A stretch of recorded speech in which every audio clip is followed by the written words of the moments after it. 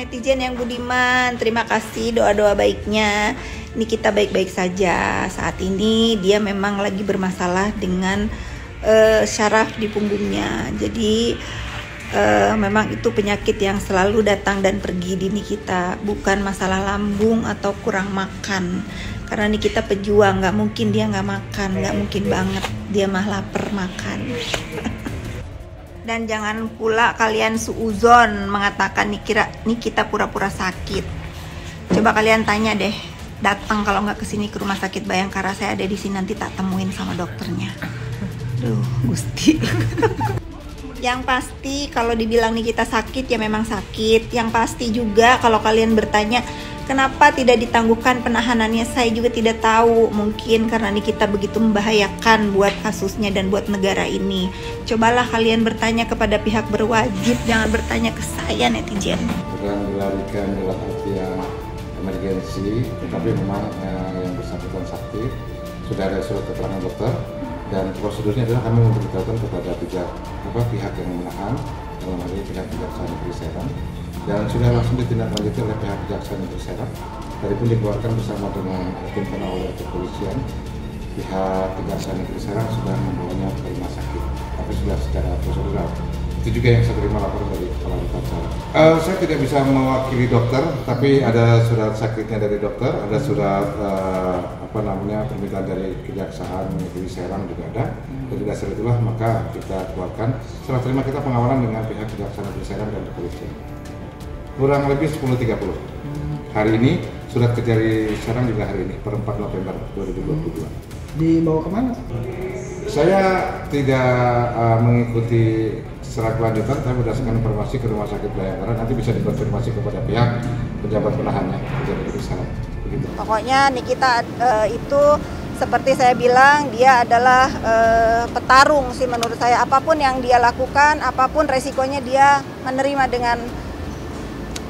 Niki cuman berpesan, kakak tenang. Apa yang terjadi dengan diri aku ini semoga menjadi contoh. Nanti kalau ada siapapun yang kena masalah hukum, jangan menghindar dan jangan tidak diperlakukan sama seperti Niki. Kalau ada hal-hal yang misalnya dispesialkan atau apapun, kalian sendirilah nanti yang menilai bagaimana. Tapi Niki sudah memberikan contoh ya. Dia tidak gentar gitu. Tidak gentar. Penyebab dari nyeri punggung sendiri beragam ya, mulai dari bisa ada masalah pada otot, masalah pada tulang, masalah pada persendiannya, dan mungkin yang kita sering tahu adalah pada saraf dari tulang belakang itu ya. Jadi kalau misalnya nyerinya itu menjalar sampai ke bokong, sampai ke paha, sampai ke ujung kaki, nah ini kita bisa curigai suatu nyeri punggung yang berasal dari gangguan saraf, misal saraf kejepit begitu ya. Untuk tingkat stres, tentu namanya stres itu pasti dia ke seluruh tubuh ya, bisa kemana aja. Jadi dia bisa ke pencernaan, bisa ke penglihatan, bisa ke kepala, bahkan bisa ke tulang punggung juga ya. Kalau misalnya stres tentu badannya jadi tegang. Kalau badannya tegang, otot-ototnya ini semua ketarik nih, tulang-tulangnya yang harusnya dia orang normal kita biasa aja. Nah pada orang yang bisa stres, tegang, tentunya dia akan menyebabkan ada suatu tekanan, suatu tarikan yang tidak normal ya. Jadi kalau ditanya mungkin atau tidak karena stres menjadi nyeri punggung ya bisa saja. Tapi kalau stres menyebabkan tulangnya jadi bengkok, jadi bergeser, jarang ya. Belum pernah saya menemukan kasus seperti itu. Karena stres tulangnya jadi bengkok langsung. Ada kelainan anatomis, yaitu saya belum pernah menemukan sih. Nah, tetapi kalau memang betul ada nyeri yang signifikan, yang luar biasa, kita bisa lihat itu dari nadinya, ya. Dari nadinya bisa dicek di pergelangan atau di sini, atau dengan alat bisa kita periksa. Dan juga bisa pengaruh juga kepada pernafasan, nafasnya akan lebih cepat ya. Jadi mungkin kalau pernafasan kita bisa kita atur lain nafasnya bisa kita atur, tapi ya itulah salah satunya dari nadi dan juga pernafasan kita bisa menilai suatu nyeri. Ya saya tidak menunjuk orang tertentu ya, Tetapi pada prinsipnya kalau orang itu merasakan nyeri dan nyerinya itu luar biasa, nyerinya itu cukup signifikan, maka dia bisa berpengaruh kepada nadi.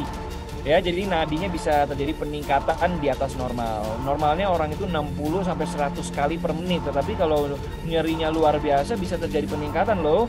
Jadi misalnya 110 atau 120. Jadi detak jantungnya itu lebih cepat, dan ini tidak bisa dong dia membohongi. Oh, saya ingin detak jantungnya saya buat cepat, saya mau buat detak jantungnya jadi lambat. Itu tidak bisa. Nah, harus kita tanggapi cukup serius juga. Jadi jangan, wah ini nyeri punggung, kasih minum obat aja. Nah, kalau misalnya nyeri punggungnya itu berkepanjangan, suatu hal yang kronis, ya perlu juga dilakukan pemeriksaan lebih lanjut, seperti tadi ronsen atau mungkin MRI jika diperlukan. Jadi memang ini merupakan suatu penyakit yang cukup umum. Walaupun sepertinya itu sederhana, sepertinya remeh begitu penyakitnya, tapi ya sangat mengganggu ya, bahkan cukup mengganggu aktivitas, apalagi kalau kita berdiri atau sedang beraktivitas. Tentunya ini walaupun umum, tetapi ya jangan dianggap remeh seperti itu. Nah, untuk penanganan nyeri punggung sendiri itu harus berdasarkan dari penyebabnya. Nah, jika penyebabnya dari otot, kita bisa gunakan anti nyeri atau muscle relaxant. Jadi dia membuat otot-otot menjadi lebih lentur, membuat otot menjadi lebih rileks ya, yang biasa dijual pasaran tuh ya, digosok begitu, misalnya rasanya panas atau dingin. Nah, itu membantu. Kemudian ada juga kalau misalnya dari tulang atau dari persendian, itu bisa dilakukan injeksi obat-obatan. Nanti bisa berkonsultasi kepada dokter spesialis ortopedinya. Nah, kalau misalnya dari saraf atau jepitan saraf, misalnya bantalannya ada yang sampai sobek keluar begitu, nah bahkan bisa perlu operasi. Kemudian kita perbaiki gitu ya, bagian yang menekan saraf kita ambil sehingga sarafnya menjadi tidak tertekan lagi gitu ya. Misalnya kita pada kasus HNP, hernia nukleus pulposus. Nah, kalau penyebabnya adalah misal dari gangguan batu ginjal atau batu empedu, nah maka terapinya kita bisa berikan obat anti nyeri. Nah, dan juga untuk lebih definitifnya kita lakukan operasi, kita ambil batunya.